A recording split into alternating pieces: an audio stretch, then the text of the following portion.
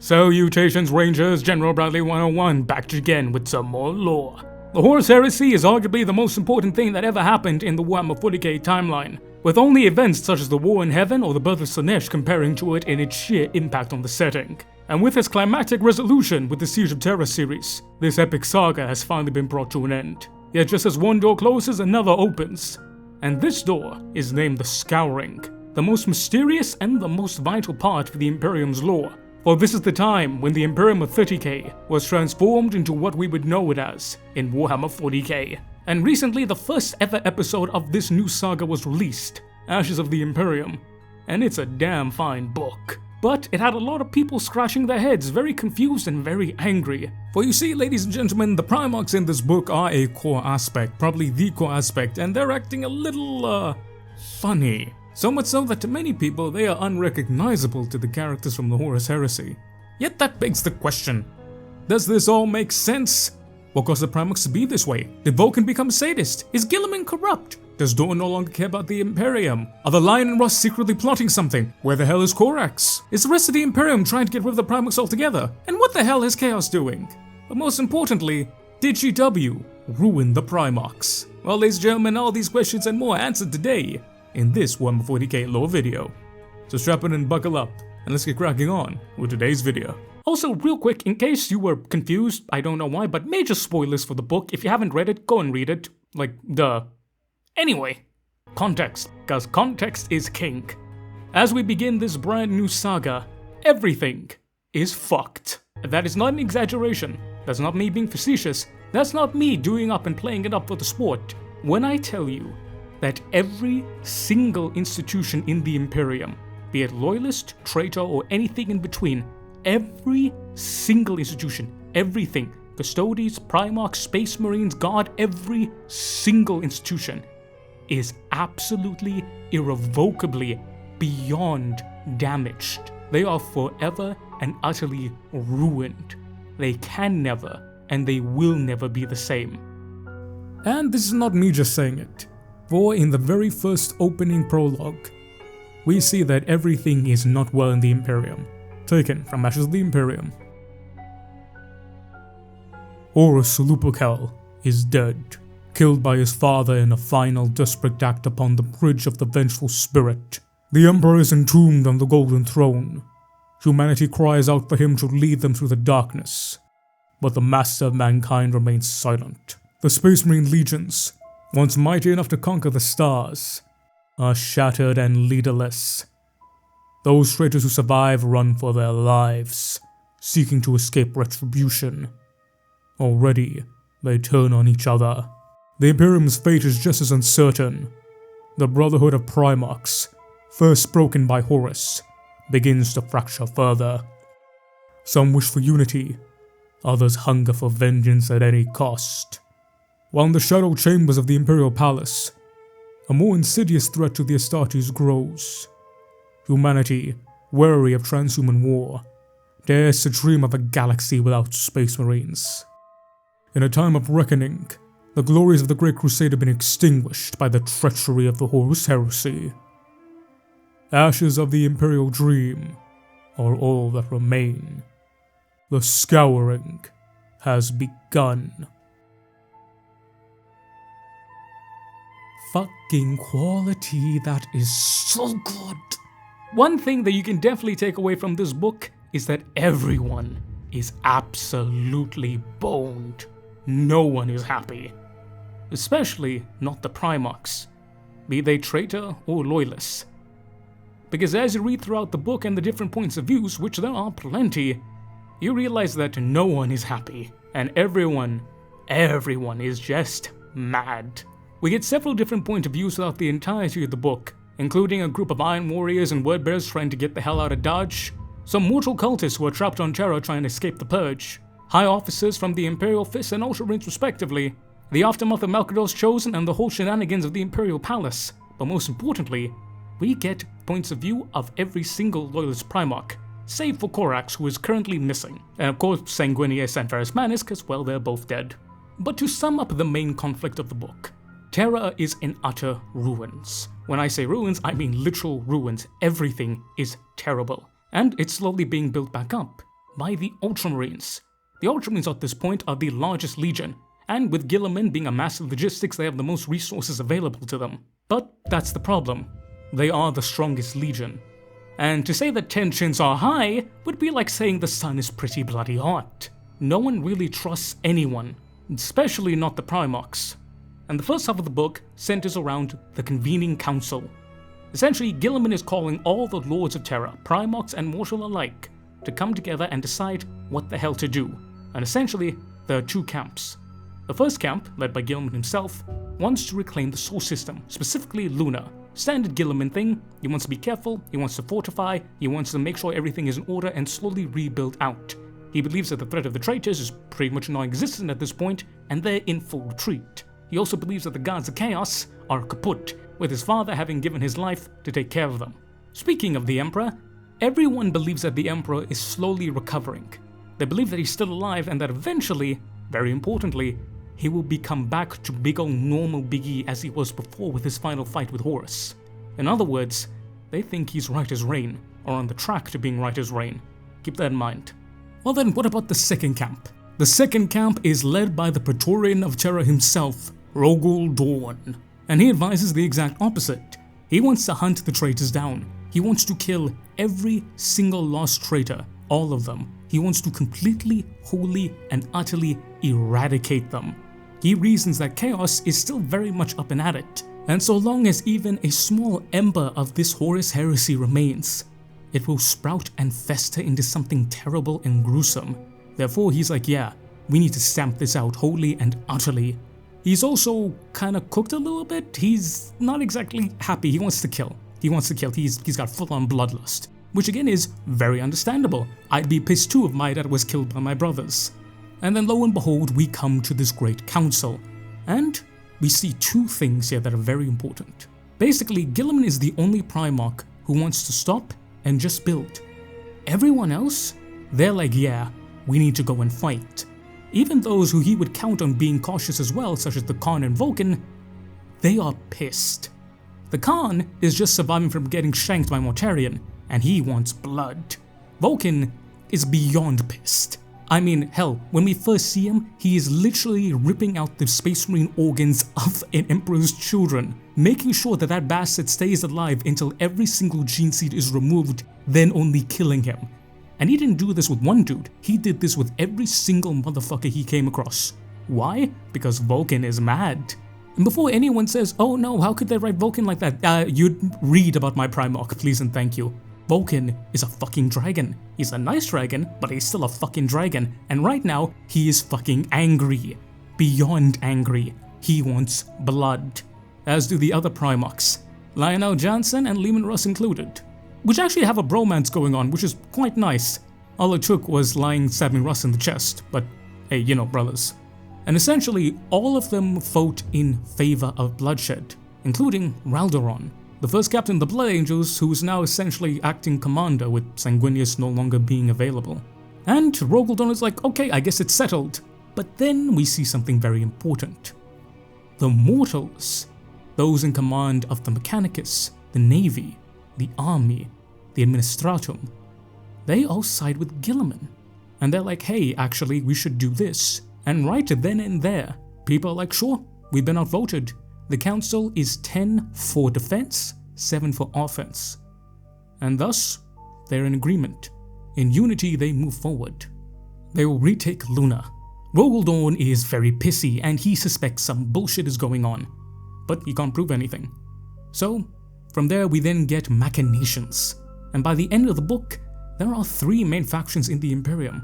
You have Guilliman and his own circle, which includes the Silent Sisterhood and may or may not the Custodies, we don't really know yet. You then have Rogal Dorn, the Lion, and Russ, who are essentially forming their own Primarch forward faction. And then we have a unique faction, that being Malcador's Chosen, the remnants of the Sigillites Order, and their supporting fellows, most notably the Assassinorum. And we actually see how the Master of the Assassinorum got to be a High Lord, and it's quality lore, it's very good. And the book ends with Luna being reconquered, but everyone wary for what the future holds. And the biggest thing is that no one trusts each other at all. So there's the synopsis, there's the context. Overall, great book, solid book, excellent read. So everything seems pretty normal-ish, right? Everything makes sense. But then what's the issue? And that's because that's all on the surface. For it turns out, Dawn was right. Guilliman showed his true Romanness and did some politicking. And goddamn, did he do it well. But, like all things with Guilliman, the reason was arguably noble. Taken from Ashes of the Imperium. Moriana, he said, rising from his chair and pulling another up for her. Are you well? She sat down heavily, her breathing elevated. I'm fine. Fine. I saw Meng.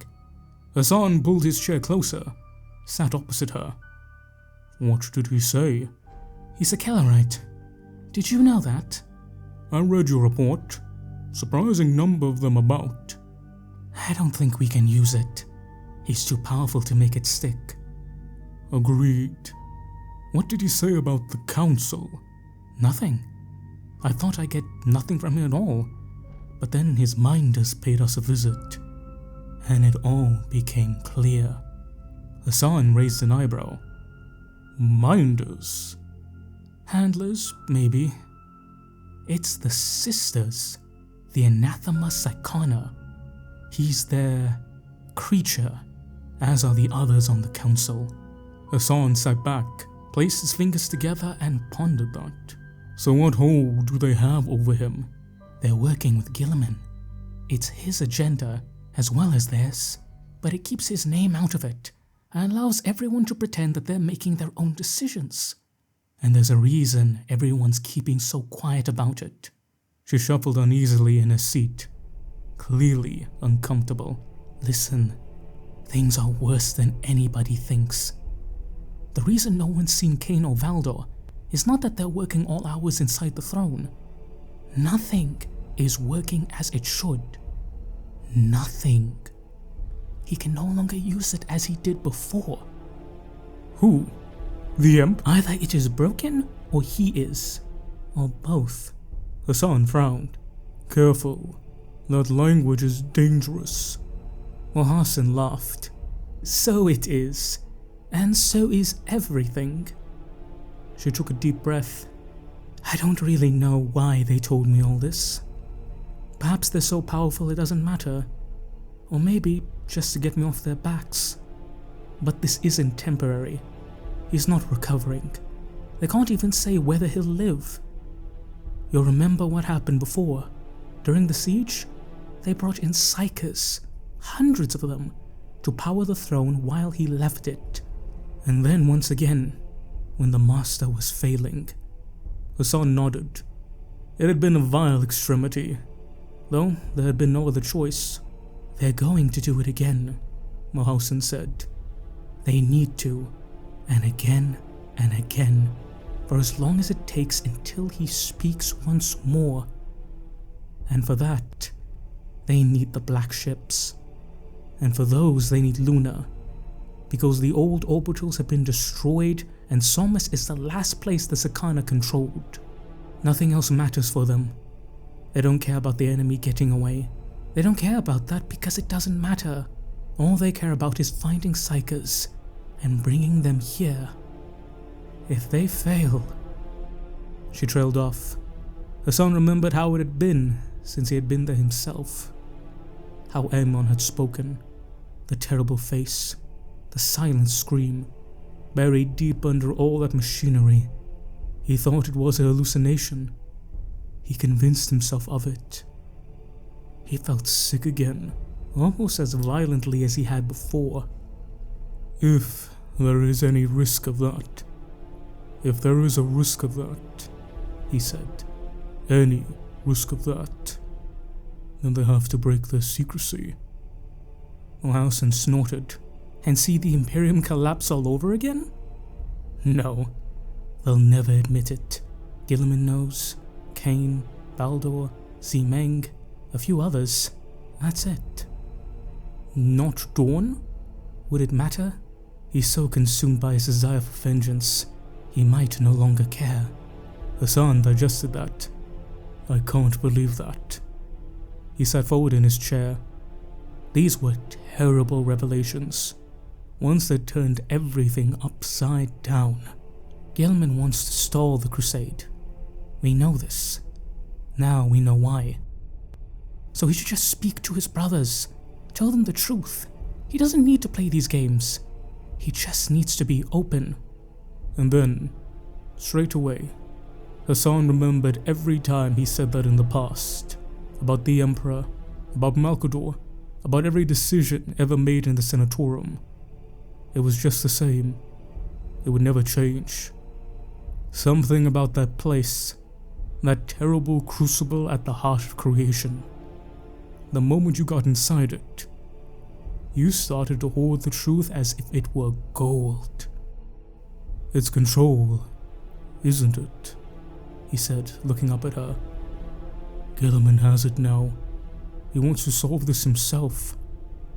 He can't trust Dawn with it, any of his brothers. So he'll keep it secret, even if it brings them all to blows again. He laughed bitterly. It's insanity.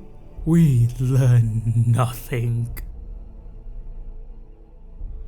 And here, ladies and gentlemen, we have the kicker, and we can finally get into the meat of this video. But before I start talking about the Emperor, the Imperium, and the rest of the Primarchs, I'm going to focus a little bit on Guilliman, because, he's the most radical change, as some have said. But if you want a way more in-depth and excellent video on Mr. Bobby G and what exactly he did, check out this video by the Gaming Storyteller. He did a great job covering it, and make sure you go show him some love. But, on to Guilliman, and what the hell he did.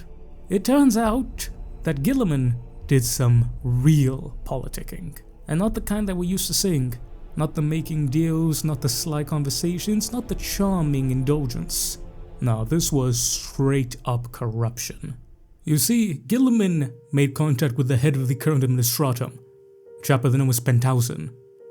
And he basically made him a deal he couldn't refuse.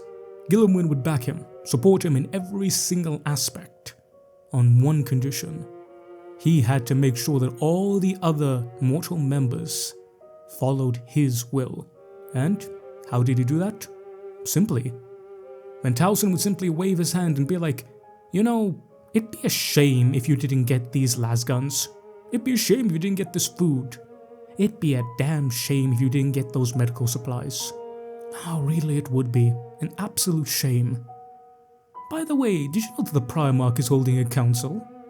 It would also be a shame if you didn't vote for him, wouldn't it? Such a shame. Full-on blackmail.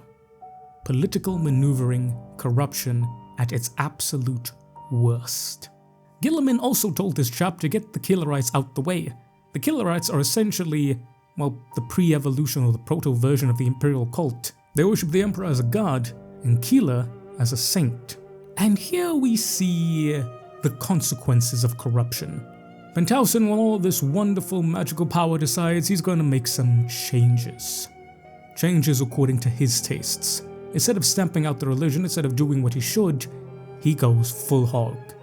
He starts replacing generals, administratum workers, admirals, high people of position, and replaces them with people loyal to him.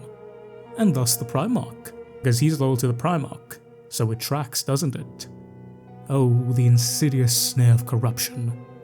How utterly decadent and vile thou art. And here, right now, is the beginning of the corruption of the High Lords. For whatever the High Lords were supposed to be, they've been changed.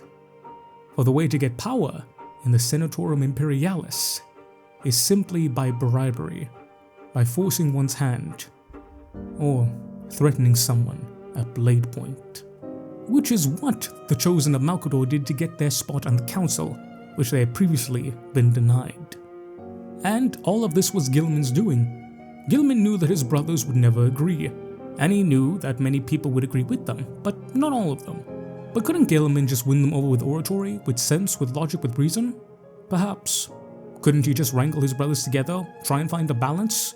Couldn't he make a plan? Couldn't he do something else? Couldn't he find another solution? Yeah, he could have. But he didn't. Why? The same reason he didn't tell Dawn. And the reason?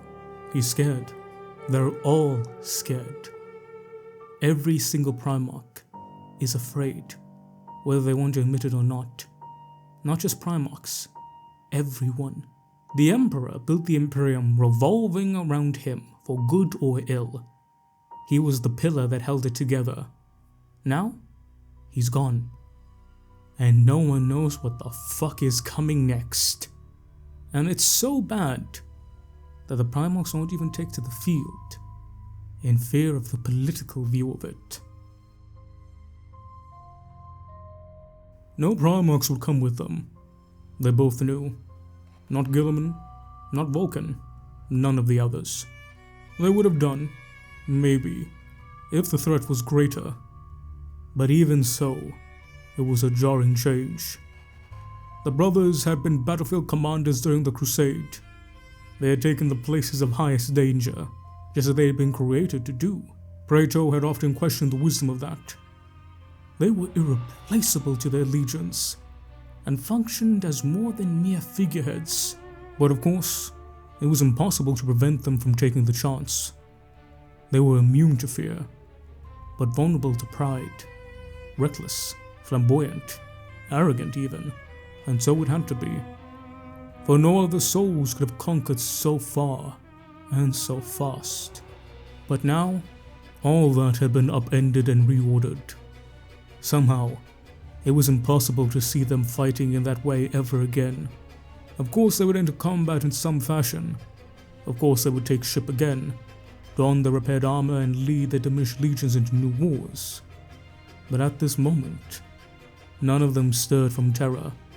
If Dorn went, he would be lending authority to his brother's policies. If Guilliman did, he would be leaving the palace to the machinations of his rivals.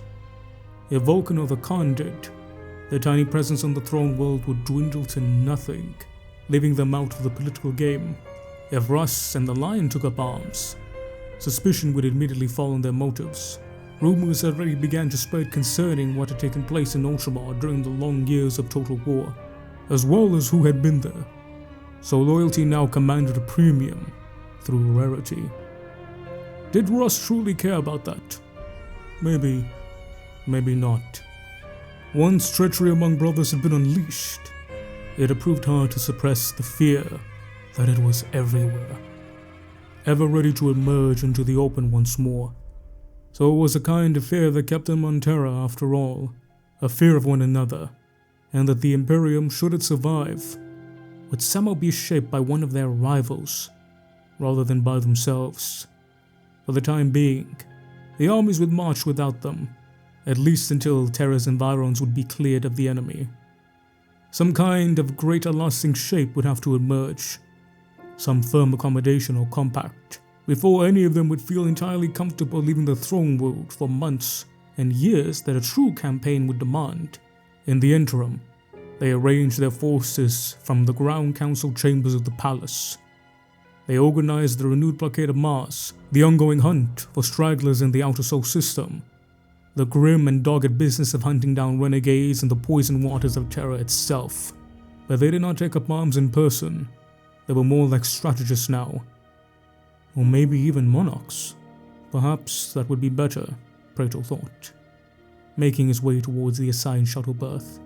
Perhaps the mistakes of the past would be rectified with cooler heads in charge. Perhaps. And here, ladies and gentlemen, we see the true casualty of the Horus Heresy. Fraternity. For the fraternity of the Primarchs was never true brotherhood, never truly a familial bond.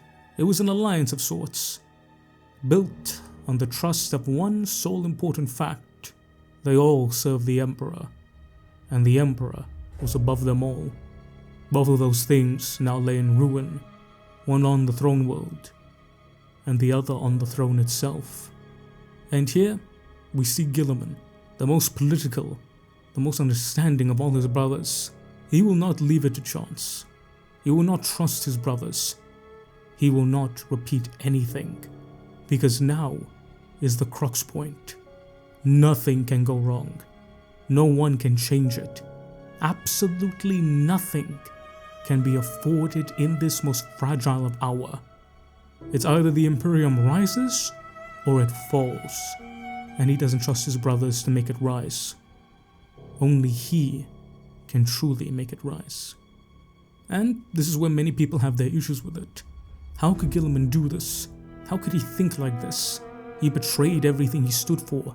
This is a complete and total annihilation of his character. This is a change in his character. This is completely, utterly unexpected. This is bad writing. They just pulled this out of their ass. That is what a lot of people have been saying. But in reality, you don't know the Primarch if you said that. And I'll explain Guilliman in a moment, but there's a point I want to touch about the Primarchs. People often say the same thing about... Whilst people have been the most vocal about this in regards to Guilliman, I've also seen people be surprised that Vulcan would be so sadistic, that Dorn would be so brazen, that he would abandon his duty and his honor to simply kill the traitor. And the same thing with the Khan. But there is a massive misconception in the community when it comes to the Primarchs. The Primarchs are not one-dimensional characters. There is no perfect Primarch, there is no unperfect Primarch. The Primarchs are all human. They are all flawed, terribly flawed creatures. The whole point of the Horus Heresy was that there is no perfection. The Emperor was never perfect. The Primarchs were never perfect. The Imperium was never perfect. It was flawed. It wanted speed. It was held together by lies and the charisma and power of one very mighty man. And when all those things went out the window, what you are left with is anarchy. There is nothing left. The Imperium is gone. The Emperor will never wake up again. He will never speak again. Guilliman knows this, and he also knows that his brothers will never listen to him. No brother will ever vote on a council that one of them rule over the others. No one will even accept first among equals. Each of them wants to look out for themselves, because they simply don't trust the other person. Even Vulcan, one of, if not the most loving of all the Primarchs, is hurt. He's seen his sons shattered, himself shattered, time and time again, in the service of others. And now at the end of it, there is no Emperor. There is no one now. He has reached his limit. Because when he sees what his sons died for, this politicking, Vulcan does not care. He literally says in the book, word for word, he will not allow him or his legion to be used by the tools of his brothers. Ever again. And people say, oh no, how could Vulcan do this? Because he's human. He's a flawed human. He's fucking tired. That's one thing that every single Primarch, every single person, be they lowest or traitor, says in this book. They are fucking tired. So, every single one of them is done. They don't care anymore. Except for Guilliman. Guilliman does care about the future of the Imperium, but he doesn't trust his brothers. And this makes perfect sense, because this is the missing part of Guilliman's character arc that we've needed. If you've read any of the newer series, with Guilliman Awakening, you can tell he is very, very upset with how the Imperium turned out. He's also very, very remorseful, and this is partly due to the reason he had a hand in this. In Guilliman's mind, it didn't matter what corruption he used because it was all a temporary measure. Guilliman would use whatever he needed to just to get everything alright for the time being. Eventually, when things settled down, he would fix it. It didn't matter what he did because he would be there to fix it. He would make it right. His plans and planning would see it through. Why? Because he's Guilliman. He has a plan. He has logistics. He can make it work. He is a politician. Arrogance, some would say. But the fact of the matter is he's not wrong. He is the greatest politician out of all of his brothers. I mean, hell, this is proof of anything. But Guilliman did not count on him dying. He did not count on Fulham nearly killing him. And he certainly did not count on him not being there for 10,000 years. And this is Guilliman's greatest flaw. His hope. His naivety. Guilliman believes that he can solve everything. Guilliman believes that chaos is gone because the Emperor is gone. So how could chaos live if his father was now gone? Now I call it naivety rather than arrogance, because Guilliman is not relying on his own personal prowess. Rather, he's relying on what he has been taught, what his father taught him, what McCraig taught him. But here comes the failure. Guilliman had the right idea, but he went about it the wrong way. That is my opinion on the matter. His brothers simply wanted to kill and slaughter, but the Imperium is in shambles. It needs to be rebuilt. Guilliman is called the savior of the Imperium, not because his legion was the first to get there and caused the rout of the traitors in combination with the death of Horus. No, it's because he saved the throne world from starvation. Guilliman, a year earlier, sent hundreds of grain ships and supply ships to Terra because he knew that Terra would be destroyed. He sent reclamation teams and reconstruction teams. Throughout the entirety of the book, characters comment on how the Ultramarines are changing things. Yes, but they're also rebuilding things. Dorn himself states, if Guilliman hadn't sent the supply ships, they would have starved to death. Imagine that. Winning the battle, winning the fight, the Emperor on the throne, and eventually the Imperial Fist would have to turn their bolters on the hungry masses of civilians who in their starving death want anything, and Dorn has nothing to give them. Guilliman saved them from that. And this is something to understand about Guilliman's decisions. It's not like he became Mr. Evil Konrad Curze or anything. He's still doing good things. The problem is the reason behind them is not truly noble. Not anymore. And that's because he forgot the lesson of his father. Not the Emperor, but Konor, his true father. Because believe it or not, Guilliman was in this place many years before, and back then, he made the right decision. Taken from Sinews of War. I was 5, and my father had taken me hunting. I knew why. Even then I could read people as easily as I'd read the military treatises in Dickers's library. My father had seen me watching his generals and magistrates. He saw how I despised them. The greatest statesmen of the greatest city were idiots, blind to the most important resource on the planet, their own needlessly oppressed people. They were fools and tyrants. And even aged 5, I wanted to tear down the whole hide-bound edifice. My father felt the same. I knew he did. But my place in McCraig was precarious, and he was too wise to risk my life on a point of principle, so he took me away, to a place we both loved, to the cold, beautiful foothills of the Crown Mountains, where we could both breathe clean air and ease our fury by scrambling over rocks and scree, away from the Senate. My father dropped the pretense that I was a normal child, and we hunted together as equals. He laughed, as he always did, at the sight of my unfettered strength, proud of his strange little son. But then, when I saw him fall, grimacing at a gash on his arm, a dreadful truth hit me. We were not equals. We could never be. My father was not like me. The man who taught me about life was not destined to live. The flash of crimson on his tunic stalled my breath.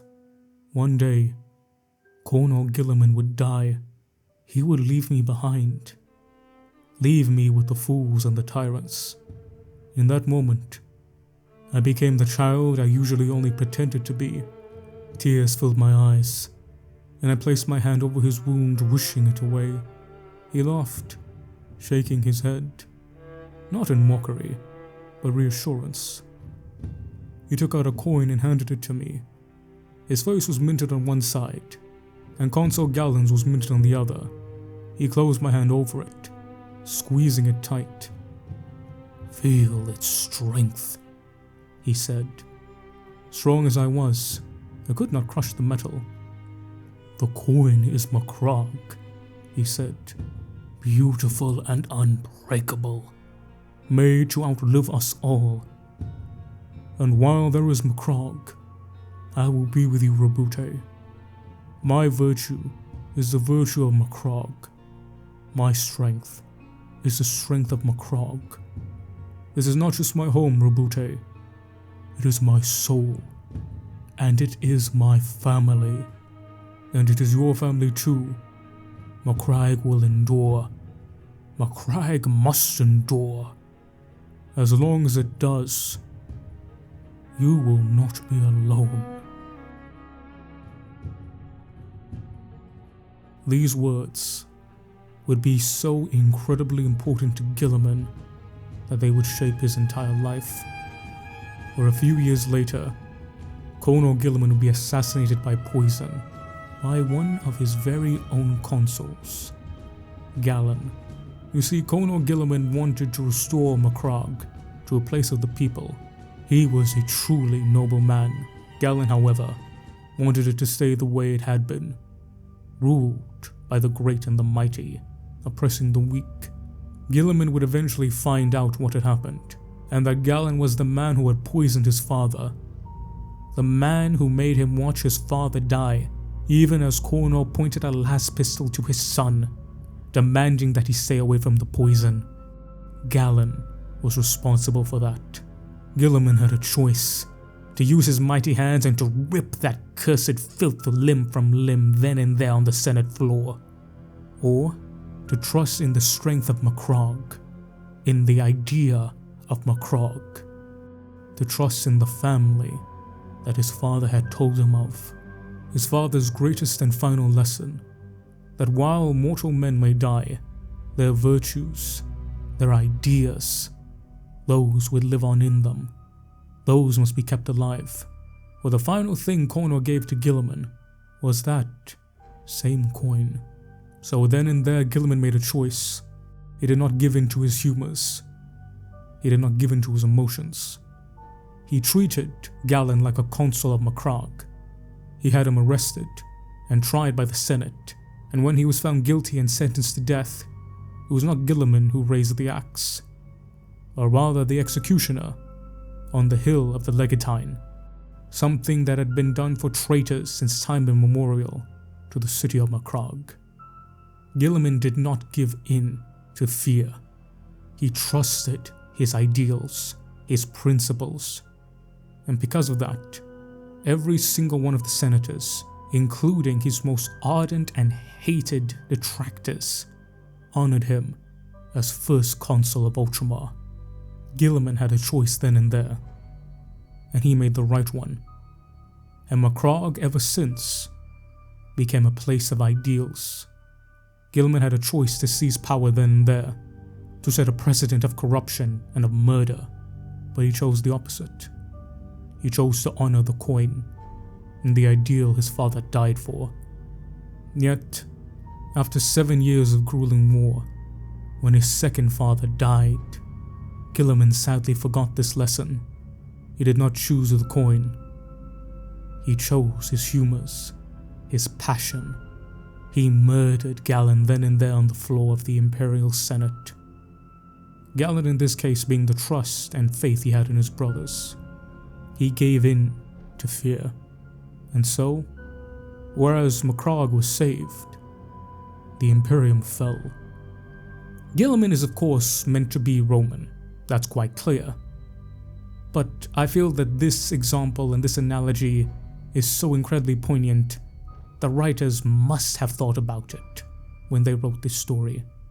During the time of Macragge, Guilliman was Cincinnatus, the man who was offered power twice, who was made dictator of Rome, and twice he gave power away to live as a simple citizen.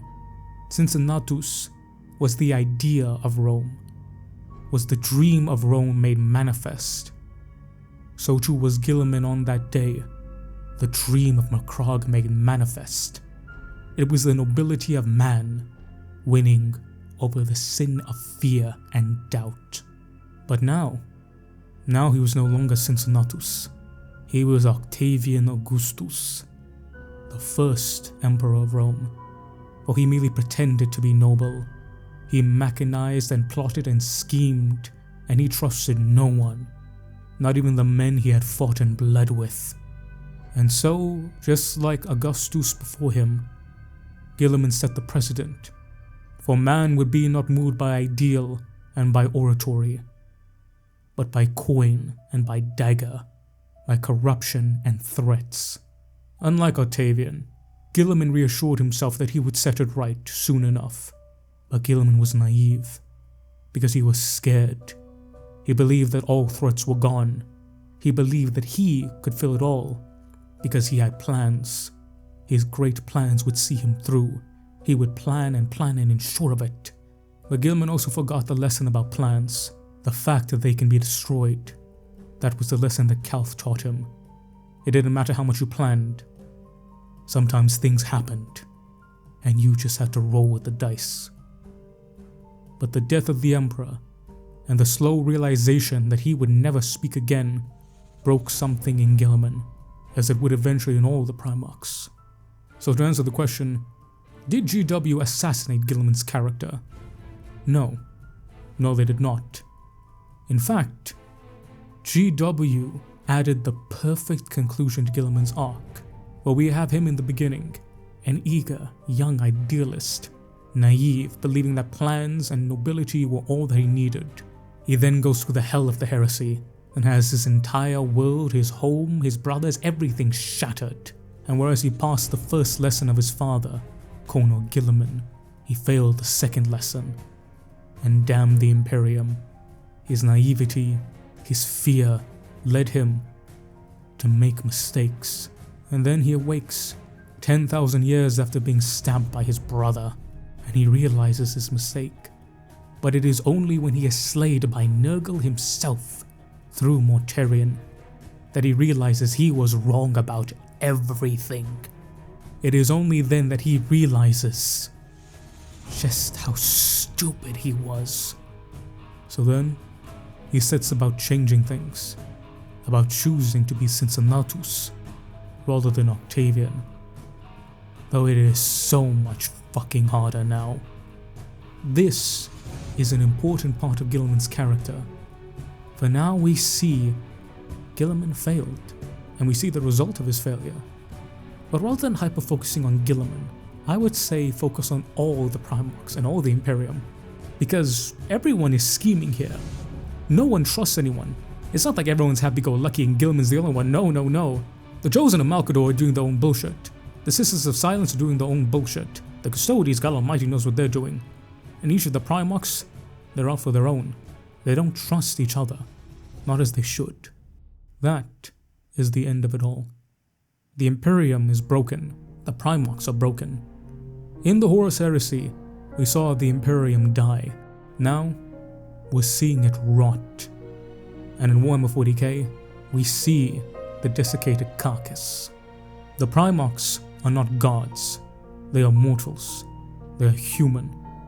And they are flawed beyond all rational measure. That is what they are. So before you go on complaining that GW is writing rubbish, remember two things. Guilliman is not the only one scheming. Everyone is. Also the Primarchs. Secondly, the Primarchs are not caricatures. It makes perfect sense for Vulcan to give in to rage and bloody murder. It makes perfect sense for Dorn to abandon duty and seek vengeance. And it makes perfect sense for Guilliman to trust no one and scheme by himself. Because they are humans. Humans who've lost their purpose. And each one of them are in denial about what is left for them. So too are the mortal men and women, where they bicker amongst themselves.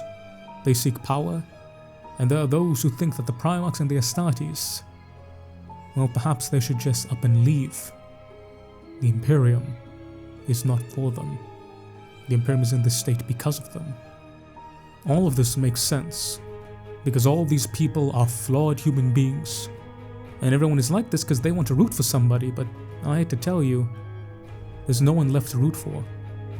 The Imperium is broken, and all that we're going to see in the Scouring are a bunch of flawed idiots thinking each one of them knows best, refusing to work with each other, refusing to talk with one another. And in the end, everything they wanted gets turned into nothing. How terribly, terribly human.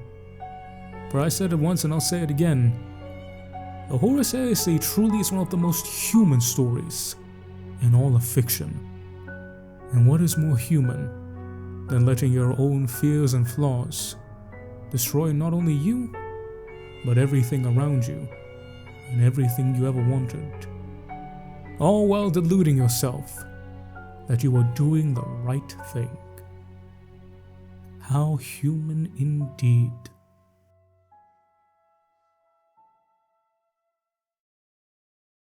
But yeah, ladies and gentlemen, thank you so very much for watching. I do hope you guys enjoyed today's video. Let me know, what do you think down below? What do you guys think? Like I said, I think Guilliman, right idea, wrong execution. He needs to remember Konor. But what do you guys think? Which of those three factions are you rooting for? Who do you want to see? Are you with Team Dawn, Team Acolytes, or Team Guilliman? Let me know down below. Well, ladies and gentlemen, I want to say a massive thank you for watching, but even more massive thank you to my awesome members and Patreons. Shout out to brand new member, Mr. Kiri Khan, who joined at a private tier. Welcome, my brother. Hope you enjoy your stay. Shout out to Officer Core with my Captain tier member, Mr. Sergeant Cossack, 68W173D. Shout out to my awesome Lieutenant tier members, Mr. Eddie V3, Miss Withdrawer of the Void, Mr. Curtis Studies, and Miss Tori. Shout out to my awesome Sergeant tier members, Mr. Damiak, Mr. Warsmith.Fireheart, Mr. Andy McGee, Mr. Bowen, Mr. Sean IRL7, Mr. Matthew Merrill, and Mr. That Guy. Shout out to my Cripple tier members, Mr. Tremayo the Math Kitty, Lord Rosarius, Mr. Tech Priest Toaster, Mr. Bowen, Shauna Smithers, The Gentle Salamander, The Wench of Warhammer, Major Doshinet, Mr. Edward King, and Mr. Overanalyze This.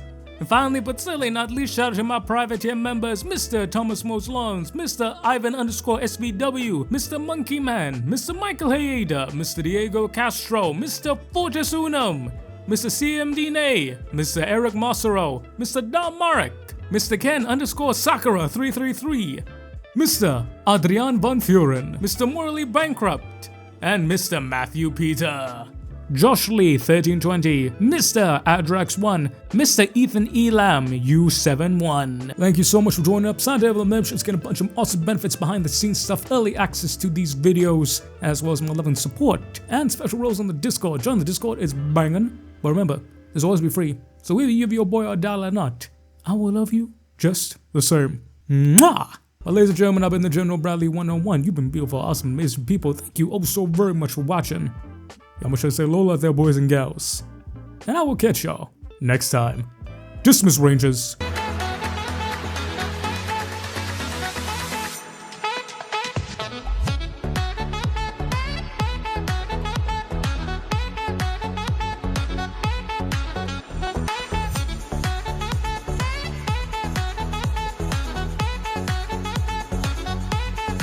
I cannot wait for people to be mad and upset because they think the Primarchs and the Emperor were perfect. Spoiler alert, no one is perfect.